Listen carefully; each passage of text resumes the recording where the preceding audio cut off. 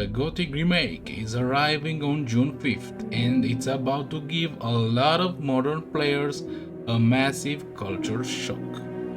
If you grew up on modern RPGs that treat you like a special chosen hero who needs to be safely guided through a colorful fantasy world, well, you are completely unprepared for the colony. This game is a bleak, unforgiving prison simulation. It doesn't care about your feelings, it doesn't scale to your level, and it certainly isn't family friendly. Today we're breaking down the 7 fundamental things you must understand about the Gothic Remake before you step behind the barrier. First, let's talk about the aesthetics. It's not broken. It was, and it still is, the developer's choice to be dark as a fan service too. When the first playable teaser dropped 7 years ago, the community had one collective panic attack. It was too bright. The original 2001 Gothic was defined by its oppressive, grim atmosphere. It felt like a place where the sun rarely smiled. Thankfully, the developers listened. The final remake leans heavily into a dark, gritty visual design. Everything in the Valley of Mines looks rusted, blood-stained, and covered in mud. The armors look heavy and practical. The dungeons are pitch black without a torch, and the overall art style constantly reminds you that you are trapped in a high-fidelity open-air prison. It's beautiful, but it could become a beautiful nightmare if you don't know your place. Point number 2 on the today list is a refreshing departure from modern gaming: zero level scaling. In other RPGs, as you level up, the mobs and creeps level up with you. Gothic, it completely rejects this. The monsters in the colony stay exactly as strong as they are from the moment you start the game. At level 1, a single wolf or a scavenger will dismantle you. The wilderness is a terrifying place where you have to carefully pick your paths. But because the world doesn't handhold you, the leveling loop is incredibly rewarding. When you finally return to the starting area at level 20, wearing a heavy armor and wielding a massive handed blade, those monsters that used to terrorize you will die in a single hit. You don't just see your power on stat sheets, you physically feel in the gameplay.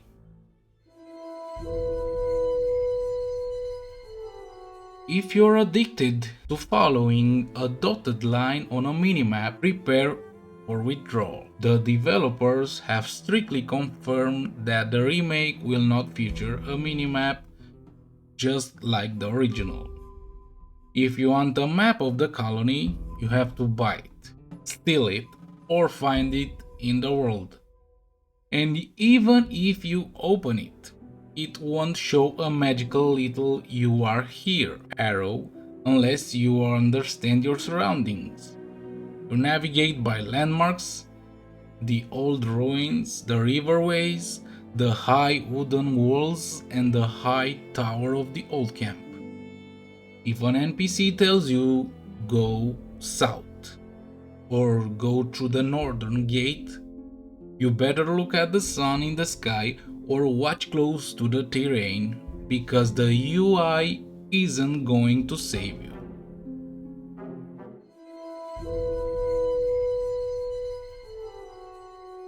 The fourth thing you need to know is who is actually building this.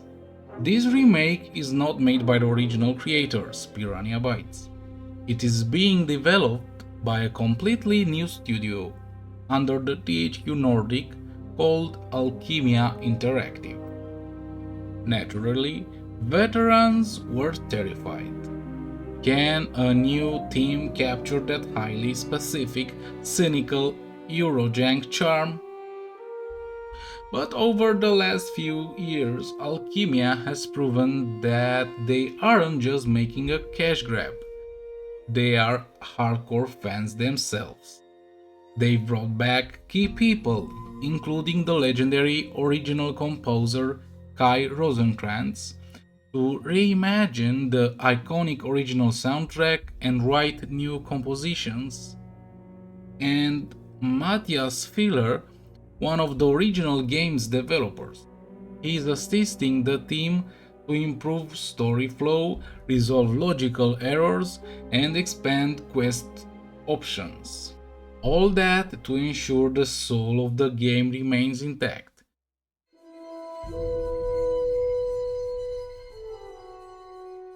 To be absolutely clear, this is a full remake, not a lazy HD remaster. The original 2001 game was iconic, but toward the final chapters, the development was famously rushed. Lore elements were left unconnected, areas felt unfinished, and quests just sort of stopping in the late game. Alchemia is rebuilding the entire game from the ground up to create a completed version of the Gothic one that Piranha should have made. They are weaving in lore, world building, and mechanics from across the entire original trilogy to patch up those 25 years old plot holes. Is the same map layout as you remember, but expanded with richer details, new side content, and deeper interactions.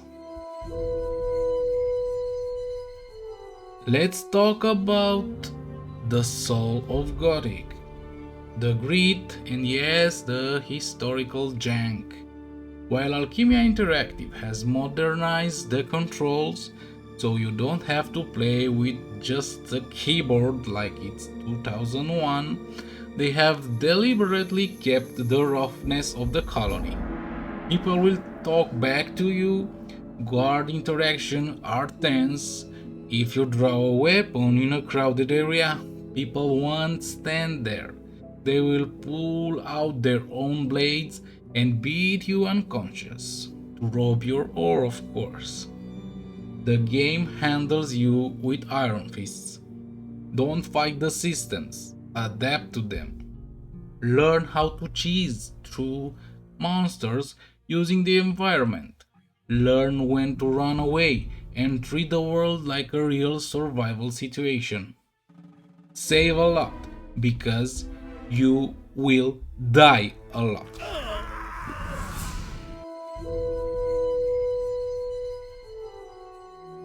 Finally, let's talk about the world's major tone. Gothic is not a polite, sanitized fantasy. The Valley of Mine is a penal colony populated exclusively by convicted criminals, murderers, and corrupt guards. The dialogue is vulgar, aggressive, and completely unfiltered. People don't talk to you with medieval courtesy. They call you names, demand protection money, and beat you senseless just for passing near their huts. It's a world where vice rules. Drugs, specifically the infamous swamp weed, are a major part of the economy and religion. The original game featured enslaved women kept in the chambers of the ore barons, highlighting just how vile and lawless the barrier truly is. The remake is embracing this raw, R-rated, politically incorrect atmosphere completely. It's ugly, it's criminal, and it's entirely immersive. The Gothic Remake isn't trying to please everyone, and that is exactly why it has the potential to be a masterpiece. It respects its roots, rewards your patience, and offers an adult, uncompromised world that modern gaming has largely forgotten. So I have to ask you, do you think modern gamers will be able to handle a world this brutal and vulgar, or are they going to rage quit before they even find a weapon? Veterans, what do you feel about Alchemia handling the remake?